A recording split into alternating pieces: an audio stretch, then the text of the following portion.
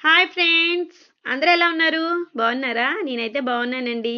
మీరందరూ కూడా బాగుండాలని మనస్ఫూర్తిగా కోరుకుంటున్నాను. Welcome back to our channel Devi Paramesh vlogs.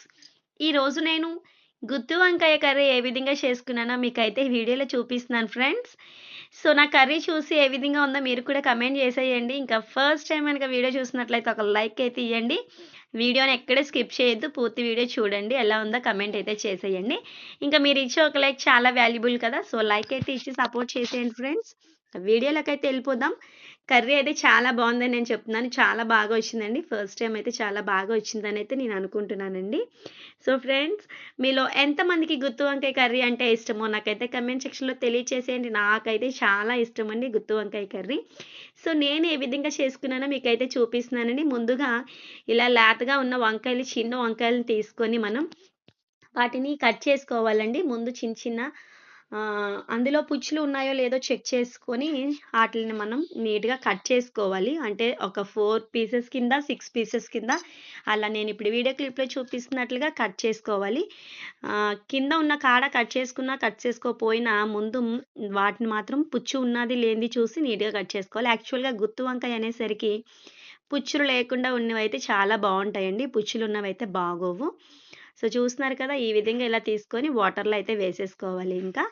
ఇంకా నెక్స్ట్ అలానే అన్ని విధాలుగా అన్ని వంకాయలని ఈ విధంగా అయితే కట్ చేసేసుకొని పెట్టుకోవాలండి. ఇదిగోండి వీడియో క్లిప్‌లో చూపిస్తున్నట్లుగా ఇలా పెట్టుకోండి. ఇలా పెట్టుకున్న తర్వాత యాక్చువల్‌గా మనం ఈ వాటర్‌లో అయితే కొంచెం సాల్ట్ అయితే వేసుకోవాలి. అది గూడా నేను వేసుకున్నాను. సో, ఈ విధంగా అయితే చేసుకోవాలి ఫ్రెండ్స్. సో, ఈ విధంగా గుత్తి వంకాయ కర్రీ ఎంతమంది చేస్తారు? నేనైతే ఎప్పుడు ఈ విధంగా చేస్తానండి. చాలా బాగా వచ్చింది కర్రీ అయితే.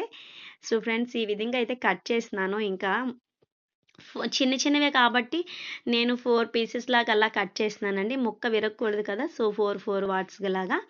ఇంకా పెద్ద వంకాయ అయితే 4, 6 అలా కూడా కట్ చేసుకోవచ్చు. నేనైతే 4 పీసెస్ లెక్కనే కట్ చేసి అయితే పెట్టేస్తున్నాను ఇంకా. ఇంకా ఉన్నవాళ్ళం ఇద్దరమే గానీ, అయినా గానీ ఎక్కువ వంకాయలే కట్ చేశానండి. మా ఆయనకి కూడా ఇష్టమే గుత్తి వంకాయ కర్రీ. సో, అందుకని ఎక్కువనే చేశాను కర్రీ అయితే. ఇంకా పుచ్చులున్నాయో లేదో మధ్య మధ్యలో చూసుకుంటూ కట్ చేసుకోవాలండి. లేదంటే యాక్చువల్‌గా వంకాయల్లో పుచ్చులనేవి ఎక్కువుంటాయి కదా! సో, అందుకని చూసుకుంటూ అయితే కట్ చేసుకోవాలి చాలా జాగ్రత్తగా. ఇంకా కింద ఉన్న కాడలు కూడా కట్ చేసుకుంటే బెటరే. కానీ నేనైతే కట్ చేయలేదు. కట్ చేయకపోయినా పర్వాలేదు ఏమి కాదు.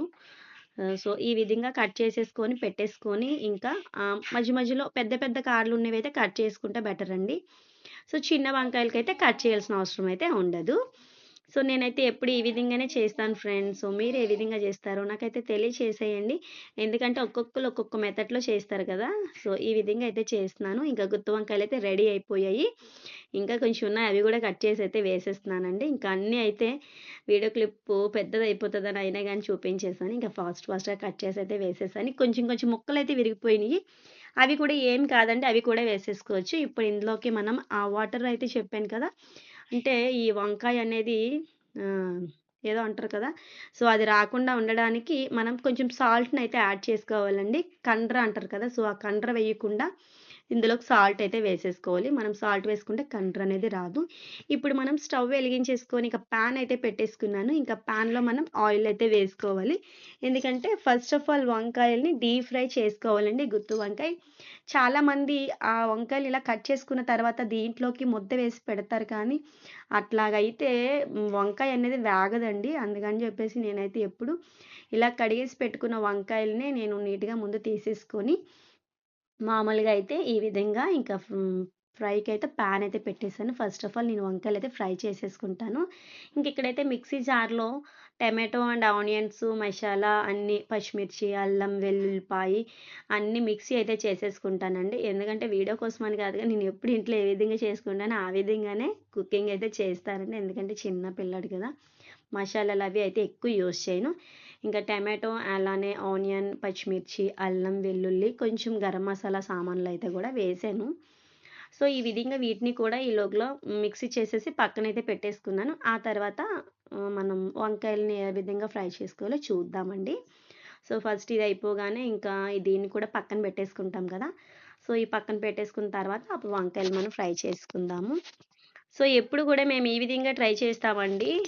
ఇప్పుడు వంకాయలను గూడా ఇంకా అందులో వాటర్ ఉంటది కదా! సో, వాటర్‌నయితే కొంచెం పిండేసి ఆ ఫ్రైలో అయితే అదే ఆయిల్ మరిగిన దాంట్లో అయితే వేసేస్తున్నానండి వంకాయలని కూడా. సో, ఈ విధంగా వీడియో క్లిప్‌లో చూపిస్తున్నట్లుగా ఇలా వంకాయలు వాటర్ పిండేసి, ఆ వాటర్‌లోంచి తీసేసి గట్టిగా పిండేసి, ఈ విధంగా అయితే ఫ్రై అయితే అవుతున్నాయి ఇంకా వంకాయలనైతే. చూపిస్తున్నాను ఉండండి ఒక్క నిమిషం. ఇంకా ఇవి కొంచెం స్లిమ్‌లో పెడితే అవి ఎలాగో వేగుతాయి కదా! ఇదిగోండి ఈ విధంగా ఇంకా వంకాయలైతే ఈ విధంగా ఫ్రై అవుతున్నాయి. చాలా బాగున్నాయి కదా ఫ్రెండ్స్! చిన్ని వంకాయలు ఎక్కడ పుచ్చు లేదు. మంచిగా వచ్చిందండి. అలా మనం ఫ్రెష్‌గా ఉన్న వంకాయలు తెచ్చి వండుకుంటే చాలా బావుంటది ఫ్రెండ్స్. సో, మీలో ఎంతమంది ఫ్రెష్‌గా తెచ్చి వండుకుంటారు? మేమైతే మా మమ్మీ వాళ్ళకి ఉన్నది వంకాయలు. సో, అందుకల్ల మేము ఫ్రెష్‌వే తెచ్చి వండుకున్నామండి. ఈ విధంగా అయితే ఇంకా ఫ్రై అయితే అయిపోతున్నాయండి వంకాయలు ఆయిల్‌లోనైతే. సో, ఈ విధంగా డీప్ ఫ్రై కొంచెం బాగా డీప్ ఫ్రై అయిన తర్వాత వీటినైతే మనం బయటికి తీసేసుకోవడం. ఇలా 2 టిప్స్ కింద నేనైతే పెట్టేసాననమాట. అంటే ఒకసారి ఒక 10 ఆర్ 12 ఉన్నాయి కదా! ఒక్కొక్కసారిగా 2 ట్రిప్పుల కింద అయితే వేసేసాను ఇంక వాటిని. ఇంకా మిగతాయి గూడా ఉన్నాయి. వాటిని ఇంకా వాటర్‌లోంచి బయటికైతే తీసేసాను. ఇంకిప్పుడు చూస్తున్నారు కదా! వీడియో క్లిప్‌లో చూపిస్తున్నట్లుగా ఇలా ఫ్రై అయ్యే వరకు ఉంచాలి. ముక్కనేది ఉడికిపోతది. మనం ఒకసారి మళ్ళీ మిక్సీ జార్‌లో ఏన్న పేస్ట్ ఇవన్నీ వేస్తాం కదండీ! సో, ఈ పేస్ట్ అది వేయడం వల్ల ఏంటంటే, మళ్ళీ ఎలాగో కాసేపు ఉడుకుతది గాబట్టి, మనం అంత పర్టిక్యులర్‌గా ఇట్లు ఫ్రై అయితే చేసుకోవాలి. మరీ అంత ఎక్కువ కాకుండా, ఇంకా మిగతా ఉన్నయి కూడా వేసేసానండి. ఇంకా ఇవి గూడా ఫ్రై అయితే అయిపోతున్నాయి ఓవరాల్‌గానే మనకి.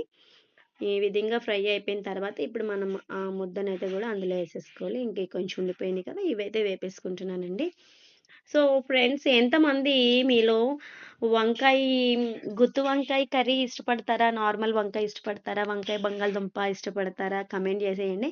కానీ వంకాయలో కల్లా అయితే గుత్తి వంకాయ కర్రీ ఇష్టపడిన వాళ్ళు ఉండరు. ఎందుకంటే గుత్తి వంకాయకి అంత స్పెషల్ అయితే ఉంది. సో, ఇది చూస్తున్నారు కదా! వీడియో క్లిప్‌లో చూపిస్తున్నట్లుగా ఈ టమాటో, ఆనియన్ ఇవన్నీ వేసేసాను. పచ్చిమిర్చి, ఇంకా గరం మసాలా దినుసులు అన్నీ అయితే ఇందులో వేసేసుకొని, ఇక మిక్స్ అయితే చేసేసుకుంటున్నానండి.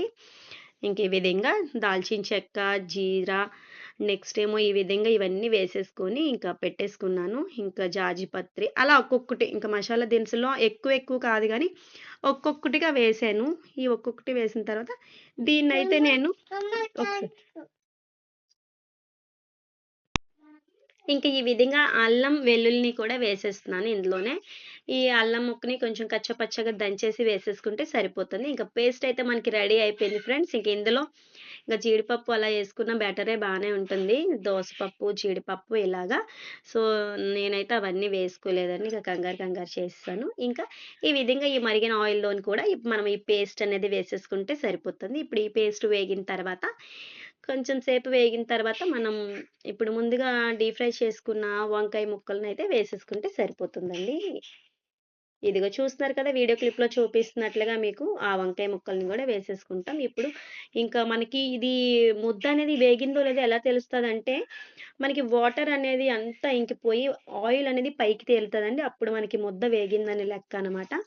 సో, అప్పటి వరకు ఇలా వేపుకుంటూ ఉండి తర్వాత మనం ఈ బ్రింజాల్ అంటే వంకాయలనైతే ఇందులో వేసేసుకోవడమేనండి. చూస్తున్నారు కదా! ఎలా వచ్చిందో. చాలా బాగొచ్చింది కదా! సో, ఈ విధంగా వేసేసుకున్న తర్వాత మనం దీంట్లోకి ఉప్పు, కారం అనేది వేసుకుంటే సరిపోతుంది. ఇంకా ఉప్పు, కారం అయితే ఎవరి నచ్చినంత అంత వేసుకోవచ్చండి. ఎందుకంటే ఒక్కొక్కళ్ళు కారం ఎక్కువ తింటారు. ఒకళ్ళు తక్కువ తింటారు కాబట్టి దాన్ని మనం సరి చేయలేము. కర్రీకి సరిపడగా ఇలా నేను 2 టీ స్పూన్ల కారం, కొంచెం ఉప్పు అయితే వేసేసానండి ఈ విధంగా. ఇంకా ఉప్పు అది వేసిన తర్వాత చాలా చింతపండు కూడా వేసుకుంటే మంచిది. ఏంటంటే చెప్పాను కదా ముందే వంకాయ అనేది కొంచెం కండ్రొస్తది గాబట్టి, ఎక్కువ కాదండి చిన్న చింతపండు ఎక్కువ కాకుండా చిన్న చింతపండు అంటే చింతపండు వాటర్ అంటే ఒక చిన్న మొగ్గు తీసేసి అందులో వేస్తే కొంచెం బావుంటదండి. పుల్లగా ఉంటది. సో, ఫ్రెండ్స్ మీరెప్పుడైనా అలా చేయకపోతే ఈసారి ట్రై చేయండి. కానీ హోటల్‌లోని నెక్స్ట్ మనం ఎప్పుడైనా చూసిన దగ్గర చాలా దిక్కులనైతే అదుంటదండి. మంచిగా ఉంటుంది. బావుంటది. సో, ఈ విధంగా అయితే కర్రీ అయితే ఇంకా రెడీ అయిపోవచ్చిందండి. ఆఖరిగా ఇంక చూస్తున్నారు కదా! ఇందులోకి ఇంక వేసేసానండి. ఇంక చింతపండు పులుపు తీసి కూడా వేసేస్తున్నాను. వాటర్ అయితే వేసాను. ఇప్పుడు కొంచెం సేపు మగ్గుతది గదా! సో, కొంచెం సేపు కలుపుకున్న తర్వాత కొంచెం సేపు మూతనైతే పెట్టేసాను. ఈ విధంగా మూతనైతే పెట్టేసానండి ఇంకా. ఇదిగోండి వీడియో క్లిప్‌లో చూపిస్తున్నట్లుగా ఇంక మూతయితే పెట్టేసాను. కొంచెమే వాటర్ అండి. ఎక్కువ వాటర్ అవసరం లేదు. ఎందుకంటే ఆల్రెడీ మసాలా ముద్దంతా వేగిపోయింది. ఫ్రై అయితే అయిపోయాయి కాబట్టి కొంచెం వాటర్ ఏస్తే చాలు. ఎక్కువ వేసేస్తే మళ్ళీ మెత్తగా అయిపోతది. వంకాయ అనేది మనకి గుత్తు వంకాయలా కనిపించేది కదా! సో, అలా కొంచెం వేసుకుంటే సరిపోతుందండి ఈ విధంగా. సో, ఇలా వేసుకున్న దాన్ని మనం చెప్పాను కదా! చింతపండు కొంచెం చిన్న రసం ఎక్కువ కాదండి. కొంచెం రసం ఏసుకుంటే సరిపోతది. ఎక్కువ రసం వేయకపోయినా చింతపండు వేయగానే కండ్రపోయి మంచి టేస్ట్‌గా పుల్ల పుల్లగా భలే ఉంటుందండి గుత్తి వంకాయి. సో, నేనైతే ఈ విధంగా ట్రై చేశాను ఫ్రెండ్స్. ఎప్పుడు ఈ విధంగా కర్రీ అయితే చేస్తాను. సో, మీరు ఏ విధంగా చేస్తారో నాకైతే కామెంట్ చేసేయండి. ఇంకా ఫస్ట్ టైమ్ గనుక నా వీడియో చూసినట్లయితే ప్లీజ్ లైక్ చేయండి, షేర్ చేయండి, సబ్స్క్రైబ్ చేయడం మర్చిపోవద్దు ఫ్రెండ్స్. అలానే పక్కనున్న బెల్ ఐకాన్ క్లిక్ చేసేయండి. నా వీడియోస్ అన్నీ మీకు నోటిఫికేషన్ రూపంలో వస్తాయి. ఇంకా గుత్తి వంకాయ కూర అయితే ఆఖరిగా రెడీ అయితే అయిపోయింది. ఇంకా, ఇంకా మనం కొంచెం సేపు సిమ్‌లో పెట్టేసి దించేసుకోవడమేనండి. చూస్తున్నారు కదా! ఇంక వీడియో క్లిప్‌లో చూపిస్తున్నట్లుగా. ఇంకా కొత్తిమీరతో మనం గార్నిష్ చేసుకుంటే అయిపోయిందండి. గుత్తి వంకాయ కూర అయితే రెడీ అయిపోయింది ఫ్రెండ్స్. ఇక మీలో ఎంతమందికి కర్రీ నచ్చిందో కామెంట్ సెక్షన్‌లో తెలియచేసేయండి ఫ్రెండ్స్. నేనైతే ఇలా సింపుల్‌గా చేసుకుంటానండి కర్రీని. ఎక్కువ ఆడంబరాలు లేకుండా మసాలాలు కూడా తక్కువ వేసుకుంటాము. ఇంకా కర్రీ అయితే ఆఖరిగా రెడీ అయితే అయిపోవచ్చిందండి. ఇదిగో చూస్తున్నారు కదా! సో ఫ్రెండ్స్, గుత్తి వంకాయ కూర అయితే రెడీ అయిపోయింది. ఎలా ఉంది? నేనైతే టేస్ట్ కూడా చేసేసాను కదా! మీకు స్టార్టింగ్‌లోనే చూపించాను. సూపర్‌గా అయితే వచ్చింది friends. Thanks for watching. Thank you all.